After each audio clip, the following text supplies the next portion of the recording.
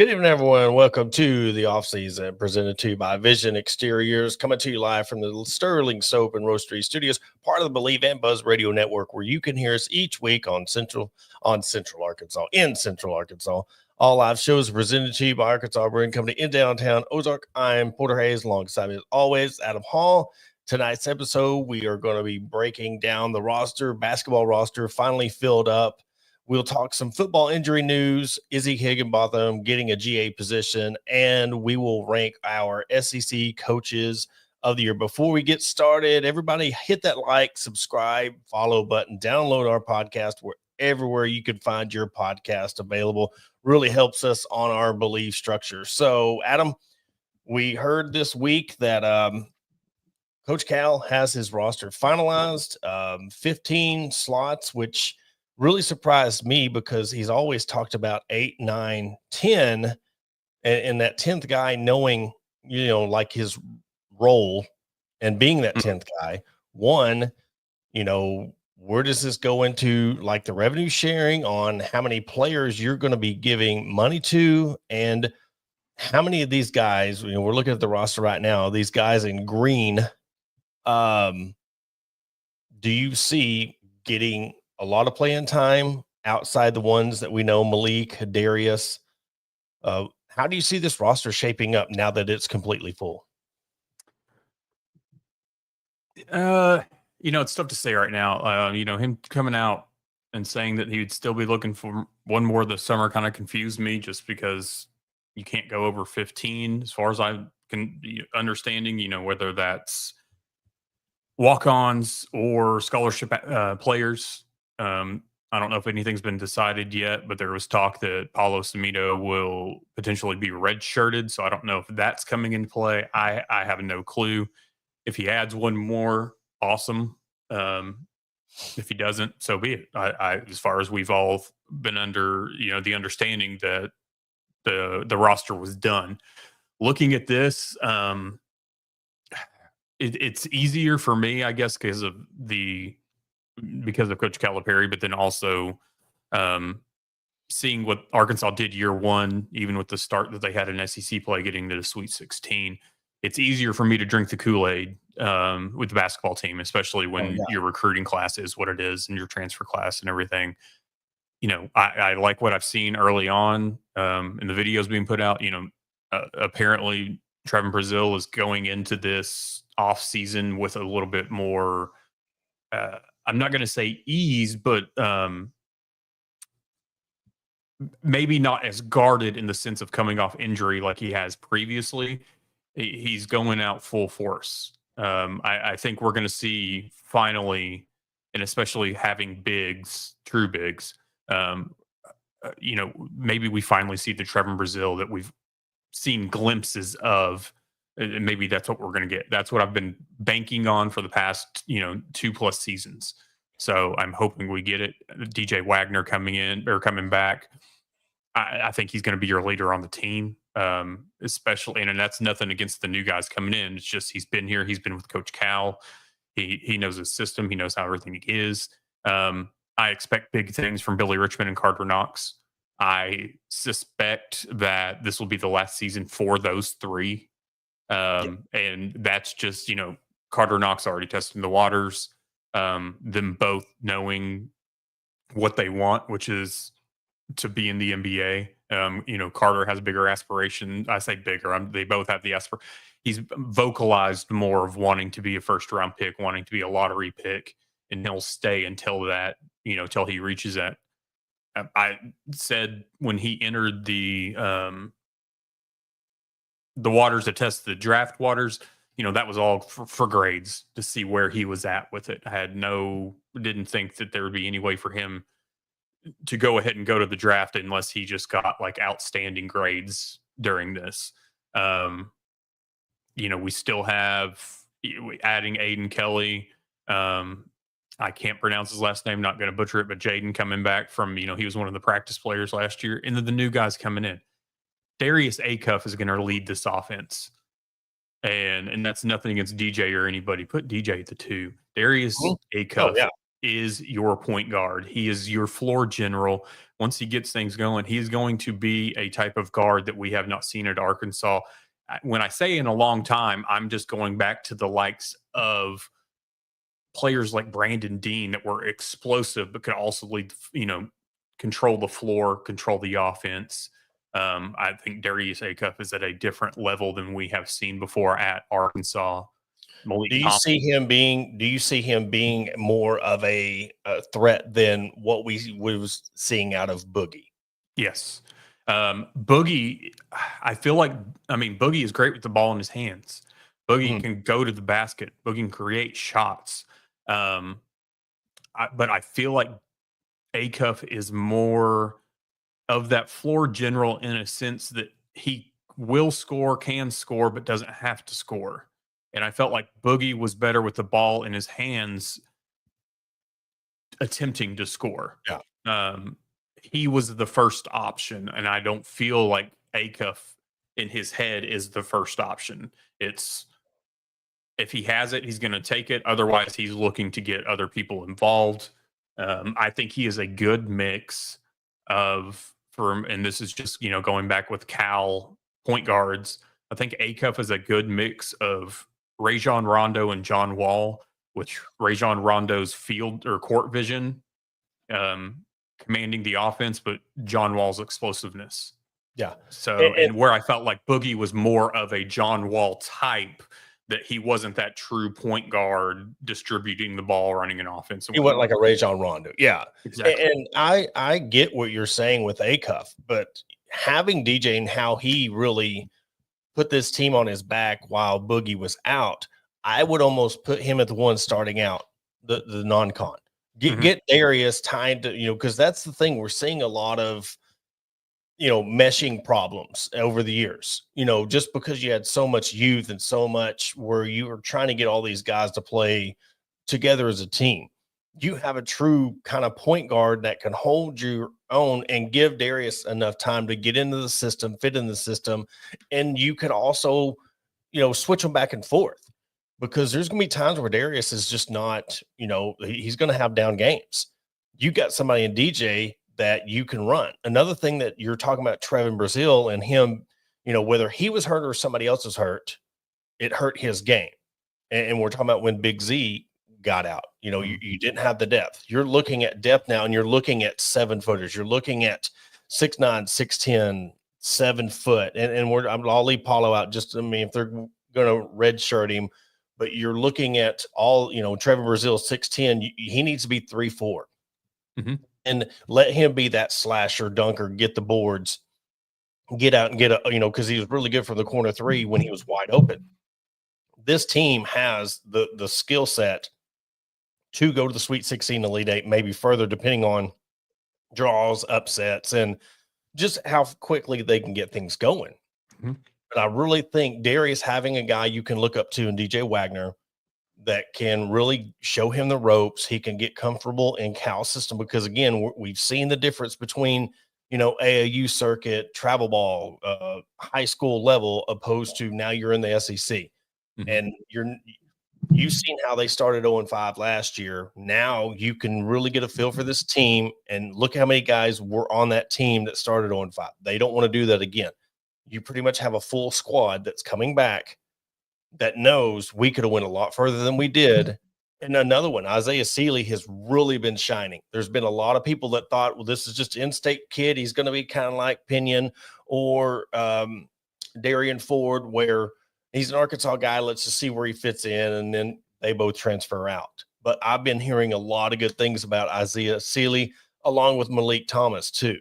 You got a guy right there, 6'4", can do some damage. Then you go down the line, Amir Brown, Elmer, 7-footer. It's going to take a lot of pressure off of a lot of these guys.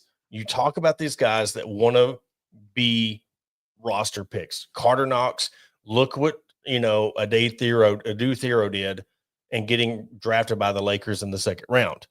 He's following that path, because I see them as the same style of player. Granted, he's 2 inches shorter, but still yet he is flashy, and he can transition to the NBA game. and giving Billy Richmond another year. He reminds me so much of Jalen Tate. I love his enthusiasm. I love what he can be on the floor and just what this team can do together. This is going to be a very veteran squad, along with the talent of Acuff, Thomas, Sealy. Dangerous, dangerous team when this gets into SEC play. And then, talking about revenue sharing and all that, if the estimates hold true, these guys are looking at what was like $267,000 each, which, it's crazy. More power to them. We just are, I guess, under the assumption that that'll be divided evenly out. I don't know if it'll be something that's walk-on guys or scholarship guys are going to have it any different. It's one of those things that's obviously for the coach, GMs, all that to decide. But at the same time, it's these guys are getting a nice chunk of change to do what they love, which, playing basketball. So you're getting to go to college, especially for scholarship, going to college, free ride. And then on top of that, you're getting another $250,000 plus whatever you're getting out of NIL. I mean, it's crazy. And no, you're not, you see the multi-million-dollar deals that we've seen in football and whatnot, but you look down to, football's getting a bigger piece of the pie, but that's spread out over 105 players. These guys are getting much less as a team, but are getting, $100,000 more a year than the football team, 120, 130,000 more a year. So it's one of these that I hope that any of the NIL players or players getting NIL in at any school, to whatever capacity, if you're getting a big chunk of change, I just hope that they're being smart with it. I hope that the universities are giving them the tools to manage that money. I know a lot of the schools do have people in place to help with that.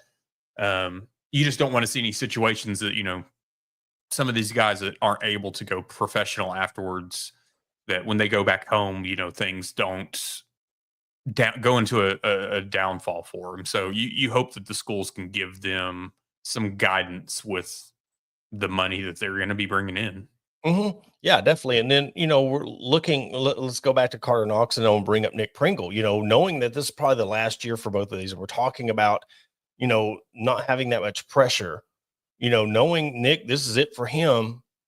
What we're going to be able to get the most out of him because you have people around you that you don't have to feel like you have to do everything when you're on the court. Same thing with Carter Knox. Same thing with Trevin Brazil. You're not going to have to feel like you have to do every single thing when you're on the court. And I think that's really going to help this team out. Malik Ewan, another 6'10" guy. You're going to have a lot of size down low. And what's going to be different from this team is I don't think we're going to see the rebound discrepancy that we're used to seeing. I think this is going to create just the big size alone and the guys rebounding is going to create so much more scoring, transition, layups, and you're talking about flashy without some of the times where you're not leading in the rebounding. Now you have that rebounding edge and you can get out of the open floor. You can get quick, get to the basket.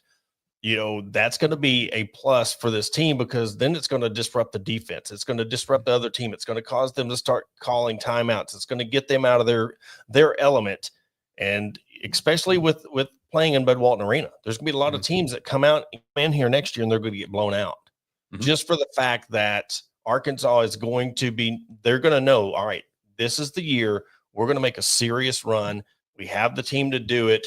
And I think you'll also be able to see, in the non-con games, you'll see a lot of these guys play. Now, how he does in SEC play, does he drop that down to 9 or 10 and then bring some other guys in as needed? But I really think you have a similar style team with depth, and that is going to be a huge factor when it comes to this team, but also of knowing that there's going to be more pressure, you being good right out the gate.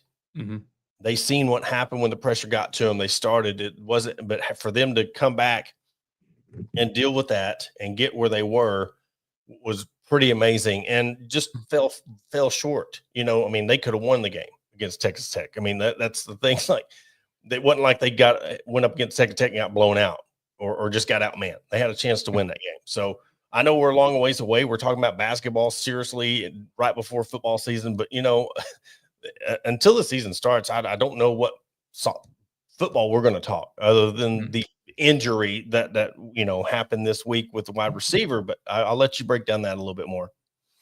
I don't know. I honestly didn't look into how it happened, what happened. Maybe somebody in the comments wants to say, but yeah, Ishmael Sissy, however you pronounce it, broken wrist, gonna have surgery if he hasn't already. And I mean, you're looking at 6 to 8 weeks post-op. So, you know, we talked the last show about hoping to, you know, when we get into fall camp, coming out unscathed because they had done well last season.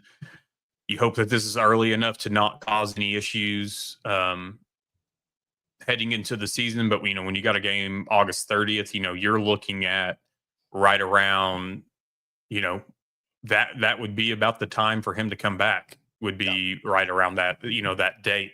So coming from Stanford, I know that a lot of people, he's done well in practices. He's meshed well with Talon. He's been one of the leaders in the wide receiver room. So it hurts in a sense of, even though you have brought in a lot of new receivers, I don't think you're necessarily there's a lot of unknown with these guys that have come in. I mean, you lost a lot. So I don't think we have any really true like returning wide receivers. But and I feel it as a whole that just you know, trying to get this. I mean, we've struggled for a few weeks now. You know, I think this from the whole fan base and everybody trying to really find anything they can to talk positive about this football team. There's a lot of promise, but there always is. And we're Adam and I are the same on is like we want to see it on the field before we start really jumping the gun on this is a different team. We're already hearing some of the same things from last year. And I think people are still holding on, and that's fine. You know, that's what fans do. That's what people that are trying to find ways to get people engaged because it's not happening. But with the state of the program, the state of the football team, how things have been going, you're just not going to get it from us until we start seeing that they're doing it on the field. And if that makes us, you know, fair weather, whatever you want to call us, it's just we've done this for 6 years now, and we keep on going the same route of, okay, this is the year, and then all hell breaks loose, and then yeah, they do just enough to get by to the next season. So we know where it stands, and already to have, you know, an injury where you don't know how long he's going to be out, you don't know how long that takes to heal, whatever. When it's very important to, if he is, I mean, with Taylor Reed, what if he was doing really good of the relationship with him and getting him the open ball, and now he's out? What does that do to the other guys? And then somebody else trying to step up. So, but we'll keep you more posted on that with more information that comes out. About a little over 2 hours ago, yeah, they updated the story that it wasn't broken. Okay. Like the comment here. Big Troll Nation has it up, but yeah, not broken like was originally reported by other outlets. Does require surgery, and there is no timetable. So okay, we'll see what happens and how long that actually ends up being. Yeah, but it was a weight room. Yeah, accident in the weight room, didn't happen at practice. So, you know, you hope for the best. So that's all you can do at this point. Well, what we're going to do, we're going to take a quick commercial break. After the break, we will break down our rankings of the top SEC coaches, and then we will wrap the show up with some former women's basketball news as we wrap up the Thursday off-season episode of the Hog Talk podcast, presented to you by Vision Exteriors. Looking to enhance your home's curb appeal? Look no further than Vision Exteriors. As your trusted roofing, siding, and exterior experts, we're here to transform your property. Our skilled team ensures your job is not only functional, but also aesthetically pleasing. Along with roofing, we also offer window, gutter, and siding insulation to boost your home's appearance with our quality options. Visit us at www.visionexteriors.com or call us at 479-397-4770. Let's make your vision a reality. And welcome back to the Hog Talk podcast. And before the break, we talked about the opening. We're going to open up the rankings. We released our quarterback rankings earlier this week, and now we're going to move on to the coaches. And we weren't kind when it come to, but for me personally, with the quarterbacks and the coaches, yes, you can easily say one coach is better than the other coaching, but yet I also put in the fact that how the team's going to do or did. Like Clark Lee, 11th. I mean, how they come out and, Diego Pavia, which I didn't have him rated as a higher quarterback because he kind of fell off after that Alabama win. But I still have him above most until people, the coaches below them start producing. But, starting at the top, of course, Adam, Kirby Smart, and until somebody else really takes him off that throne. Mm-hmm. And with Saban gone, you really got to keep him up there at the top until Sark. I mean, it would take Sark beating him and getting a national championship before I make that jump. But that's where I have number one. And our 1 and 2 are the same. Steve Sarkisian, the job he's done at Texas, having Arch Manning, getting to the college football playoffs. Building a monster down there in Austin. But then 3 comes in, and Adam, what made you look, because we flipped, what made you give, Brian Kelly that nod at 3? Some of this was, I'm not going to call it a crapshoot, but a crapshoot. Like, it was one of those that, I'm not saying I didn't put a hell of a lot of thought into it, but I probably put more than I expected myself to. I tried to just keep it at their time in the SEC. It's hard to do in some cases. So with Brian Kelly's, with mine, I mean, some of that does have to do with his tenure at Notre Dame. So I just took it into consideration. I mean, as much as I don't like him as a coach, as much as there have been times that obviously LSU looks like they're going to slip, they're going to falter. I mean, they stumble, but then they pulled themselves back together. Do I think that he will ever win a national title? No, there's no way. I think Josh Heupel has a. I'm not going to say Josh Heupel has a better chance to win the national title because I don't think that's going to happen either. I just think with full-on resumes, I had to give Brian Kelly the nod there. Mm-hmm.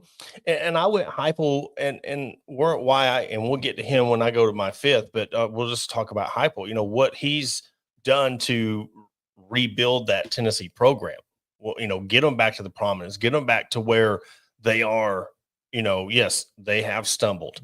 But I'll say this now because I'm going to say this again when it comes to like Shane Beamer and Mike Elko. When you're looking below them, it's all about what have they done, their expectations compared to the people below them. And we can look at this head coaching ranking like the quarterback. It's just there's a lot of new quarterbacks, but there's a lot of coaches that haven't really done anything to jump the people, in my opinion, above him. So that's why I got Heupel at 3.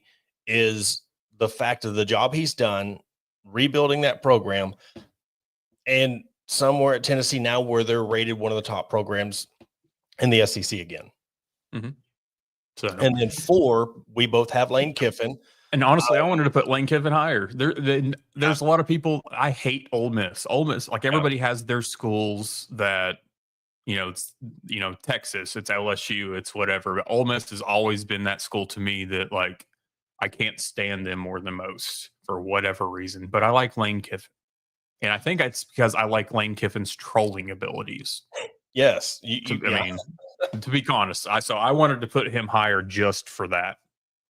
And that's why I have Lane above Bryant. And it's because Brian Kelly, LSU always has, they can, the resources of recruiting and his job at Notre Dame, and then seeing what Notre Dame has still been able to do without him at the helm.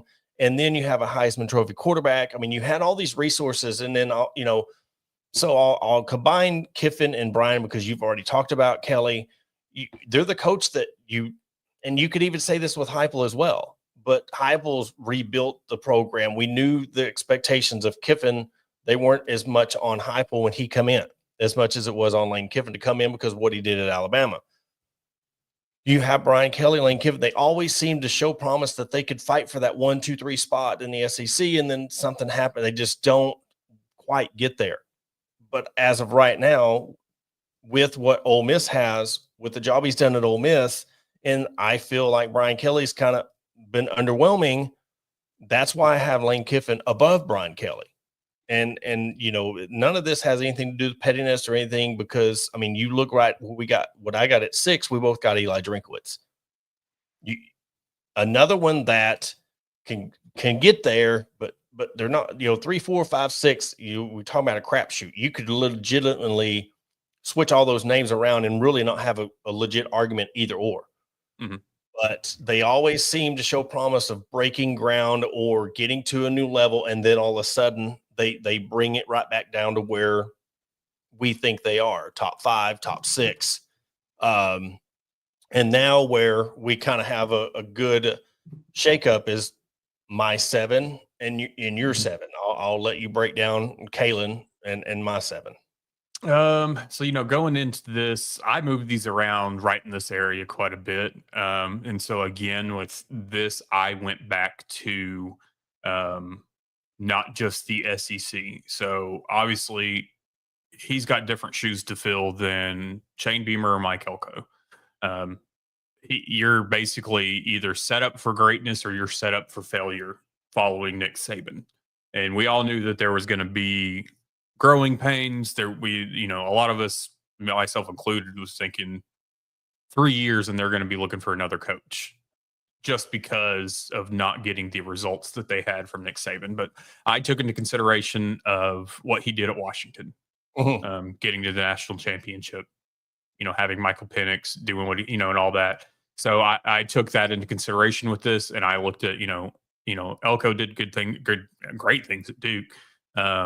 Shane Beamer finally had a great season last year. I had to give Kalen the nod here for the fact that he's been to a national title game. No, it wasn't with Alabama, but he knows what it takes to get there. Yes, he was in a weak conference, but you know what? So was Mike Elko.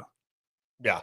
And I almost flipped Shane and Eli, but Eli has more staying power. Eli has done it longer, so he gets the nod. But the job that Shane Beamer's done at South Carolina, finally beating my beloved Clemson Tigers, and knowing you got the top quarterback by our rankings in the SEC, Lenore Sellers, knowing you have that promise and you are starting to build a program. Therefore, I see kind of you go to number 8, Elko, the same thing. Let's see what Marcel Reed. It all comes down to who has the better quarterback. That's what separated 7 and 8 for me. Is Lenoris is that guy. Mm-hmm. I seen him just totally just dismantle Clemson's defense. And that last drive, 3rd and long, he put the team on his back and single-handedly won that game. Mm-hmm. So that's, and now if he can build off that and get a defense like, back in the day, the Clownage, Davian Clowney days, yeah. If you can get something rolling like that and have a favorable schedule, catch these guys on a down year, he could be one of those ones that makes the college football playoffs. But you got to beat Big Brother. One win in 8-9 years is not going to convince me that they're better than the other school in South Carolina. But they're on the up and up, and you have to respect. As much as I hate them as a team and as a program, you still have to respect what Shane Beamer's done. Especially Dabo let this happen in his own state. You didn't want to take advantage of the transfer portal, NIL. Shane Beamer, here he comes, gets the in-state talent, and that's why I have him at 7. Yeah, and Matt said here in the comments, USC is no longer USC Junior. And in football, I do that with our graphics when I do the scores and whatnot. I've always got USC Junior. I stopped doing that about halfway through the football because USC came out last season and stumbled a little bit early on, found the rhythm, and were in the argument for making the playoffs. So they are no longer in football USC Junior. Now basketball, another story. Even though they beat Arkansas, that's neither here nor there.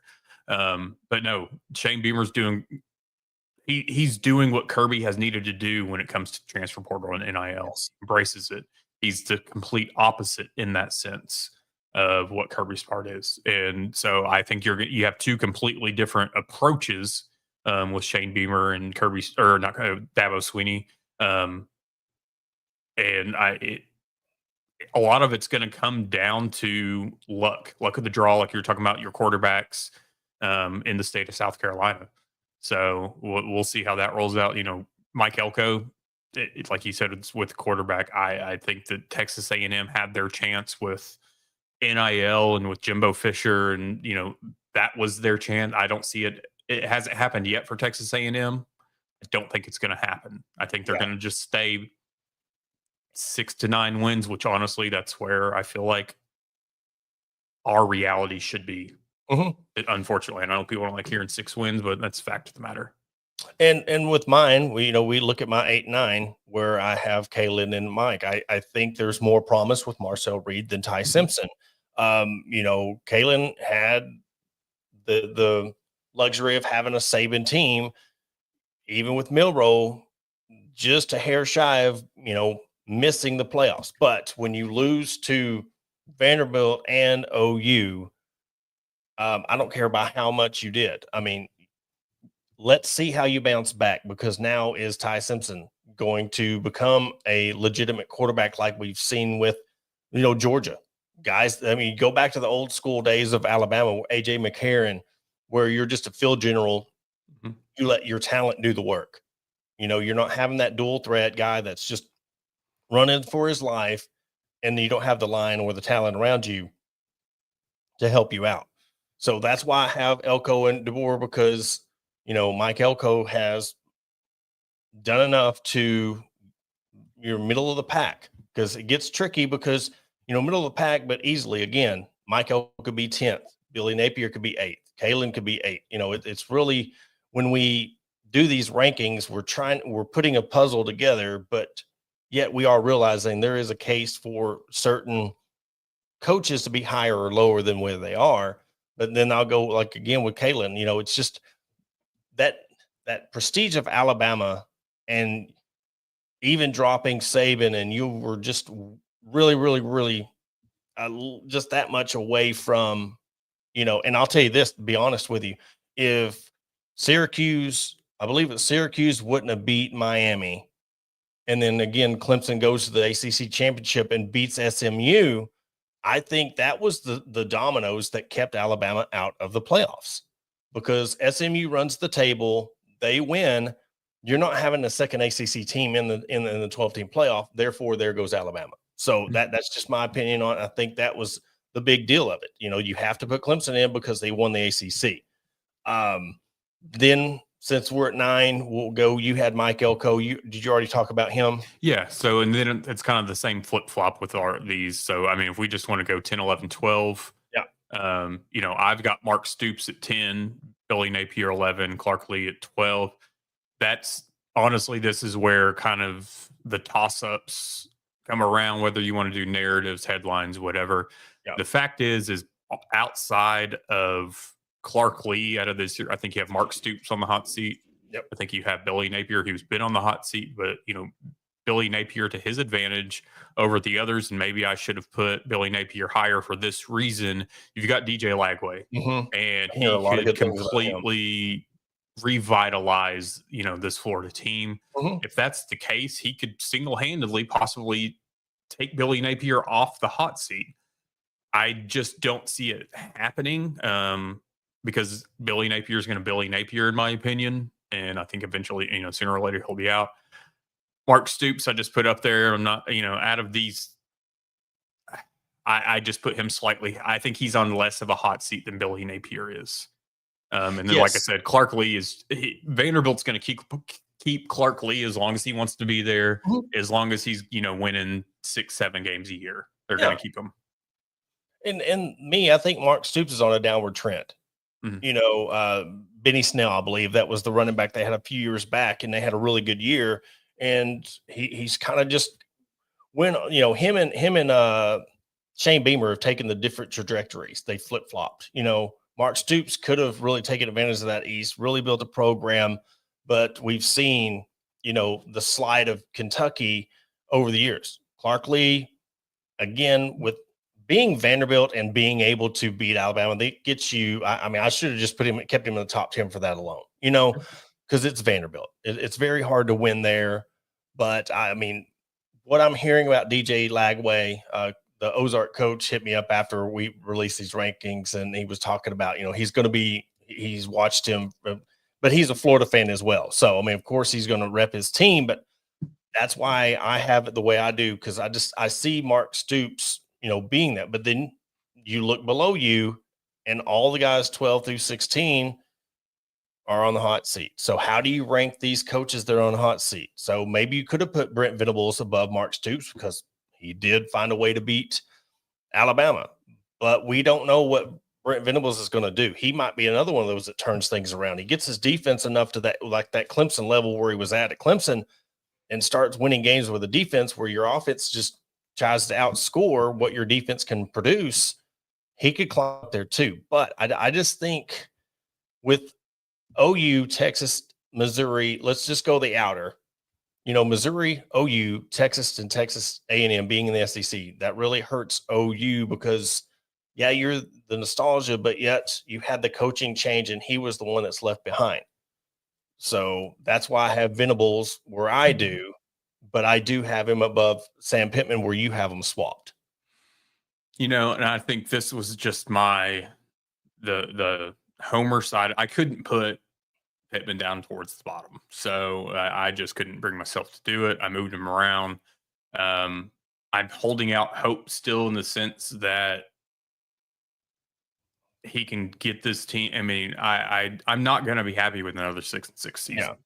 Yeah. Yes, that's better than the 4-8 season. Yes, my predictions are still going to be lower than that, just because, like we've talked about before, prove to me that you can put back-to-back seasons 500 or above.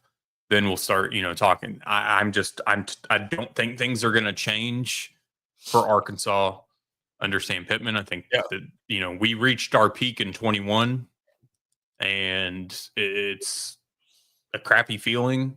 But at the same time, I think there needs to be change. I don't think the change is going to come with NIL until that change happens. So, but I do have him at 13. I think Brent Venables is in a situation that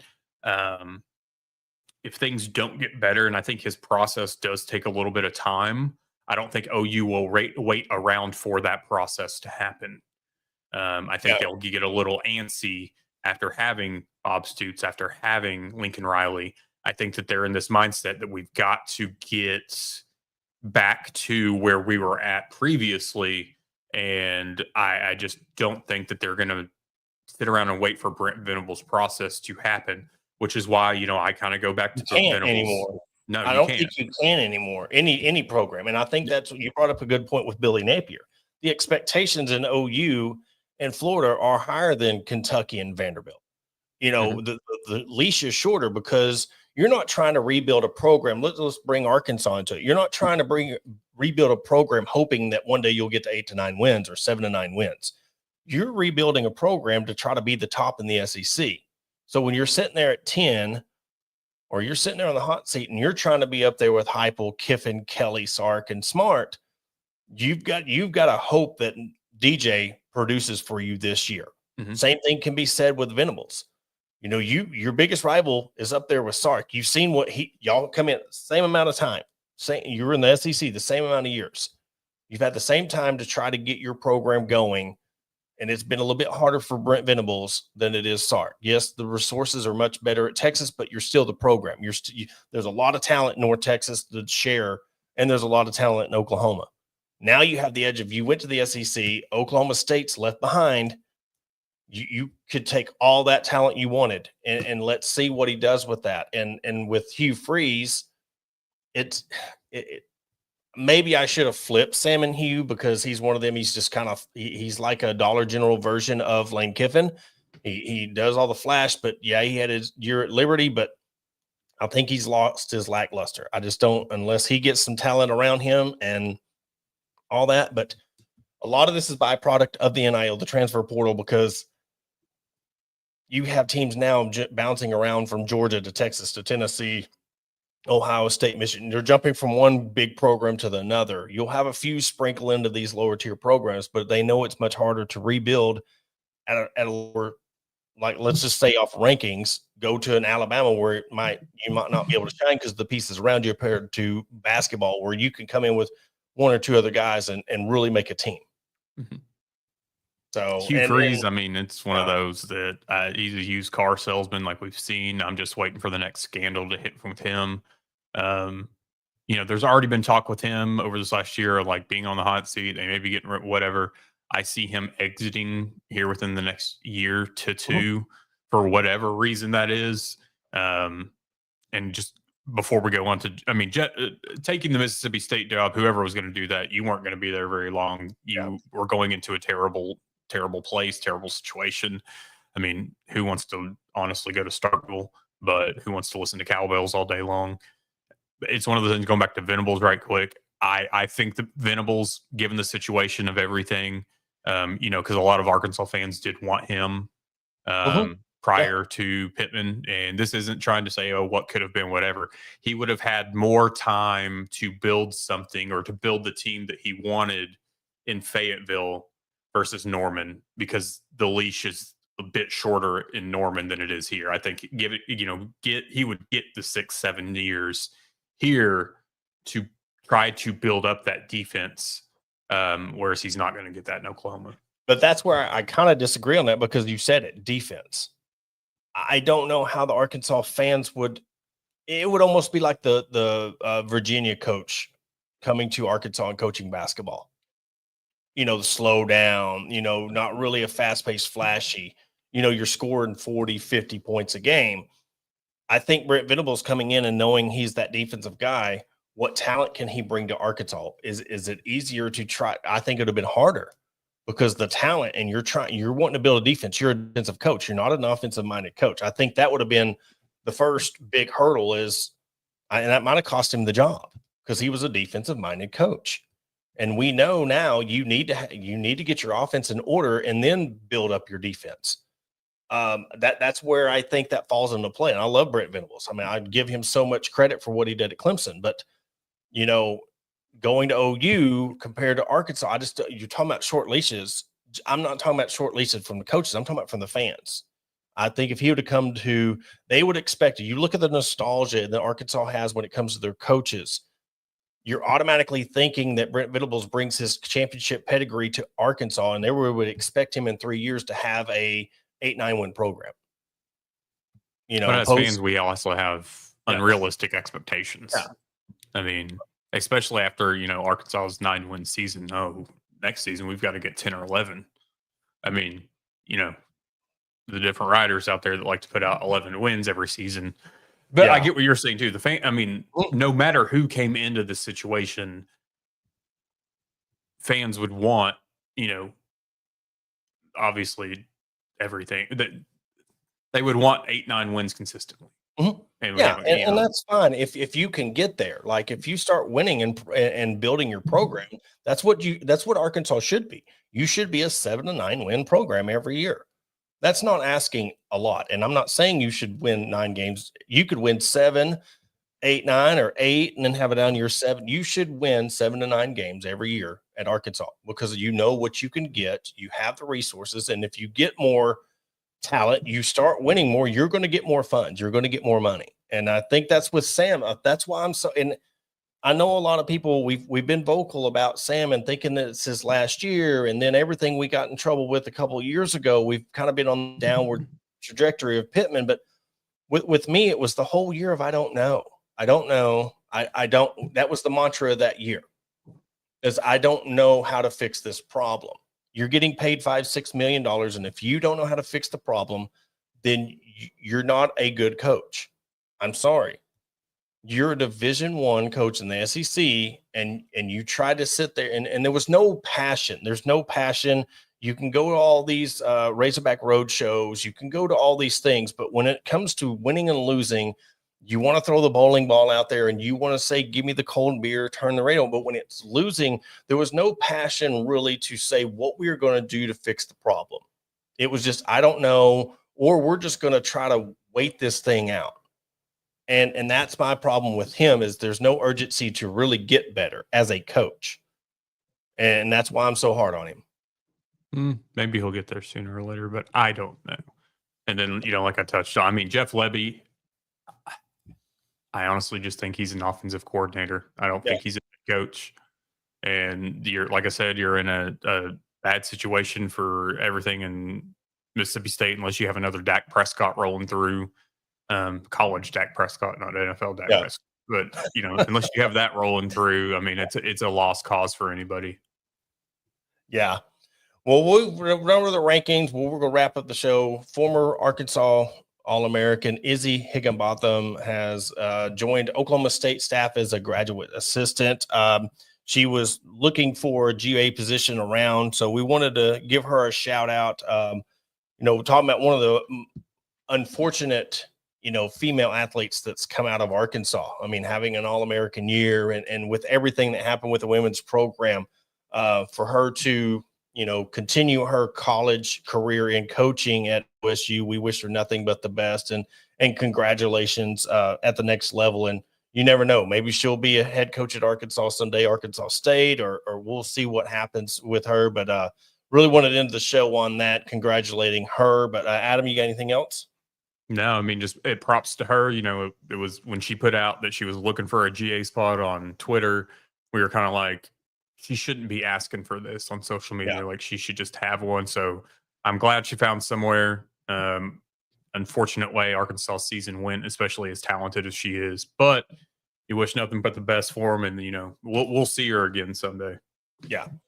And that will do it. Again, before we wrap up, we want to appreciate everybody for tuning in, all our fans, all of our sponsors for supporting us. But please do not forget to go like, share, subscribe, download our podcast. Really helps, again, with the day and age of downloads. And I know a lot of people view and look at our clips and our shows, but we really would appreciate, going and subscribing. And all you got to do is subscribe. It automatically downloads every episode. So share it all your friends. We are getting closer and closer to football season, so just bear with us on that. But for Adam Hall, I'm Porter Hayes. Again, thank you for everybody for tuning in to Offseason, presented to you by Vision Exteriors, and we'll be back with you on Monday.